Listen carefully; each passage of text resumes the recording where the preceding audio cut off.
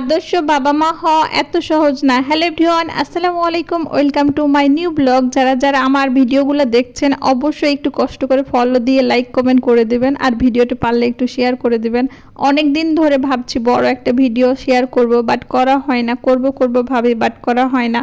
যেহেতু ফেসবুকের ইনকাম একদম কমিয়ে দিয়েছে, এজন্য আরও করতে ভালো লাগে না, কারণ ইনকাম যেহেতু একবারে কম, আর এমনিতে কষ্ট করে তারপরে কোনো উপার্জন তো হয় না সেরকম।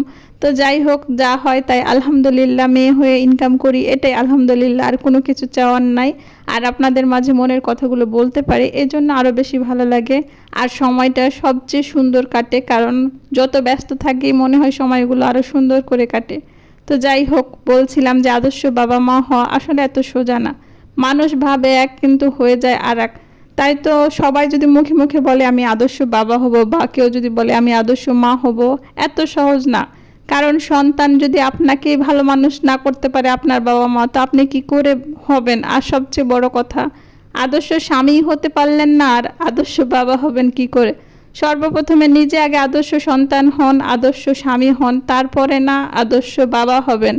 এগুলোই হতে পারেননি, আর আদর্শ বাবা বলছেন। জাহের আলভি।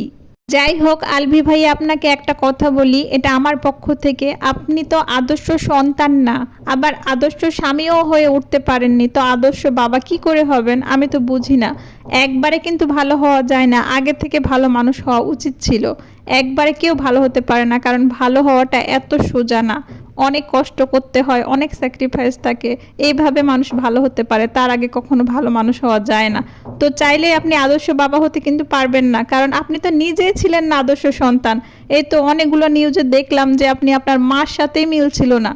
তো আপনি কি করে আবার আদর্শ বাবা হয়ে যাবেন? বউটাকেও তো ভালো রাখতে পারেননি।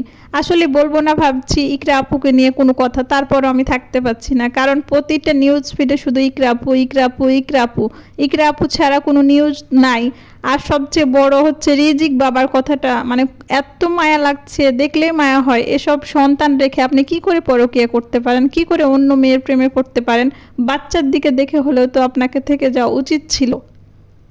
তবে আমরা যে যাই বলি না কেন, আপনার মায়া হচ্ছে আপনার সন্তানের প্রতি, আপনার হয়তো বা বেশি, আমাদের হয়তো বা নাই। 2 দিনে হয়তো আমরা অনেক কিছু বলবো, কিন্তু জানি না কি বিচার হবে বা কি বিচার চাইবো সবার কাছে। আমি চাই যেন রিজিক বাবাটা অনেক ভালো থাকে। এখন জানি না কেমন থাকবে বা কিভাবে থাকবে।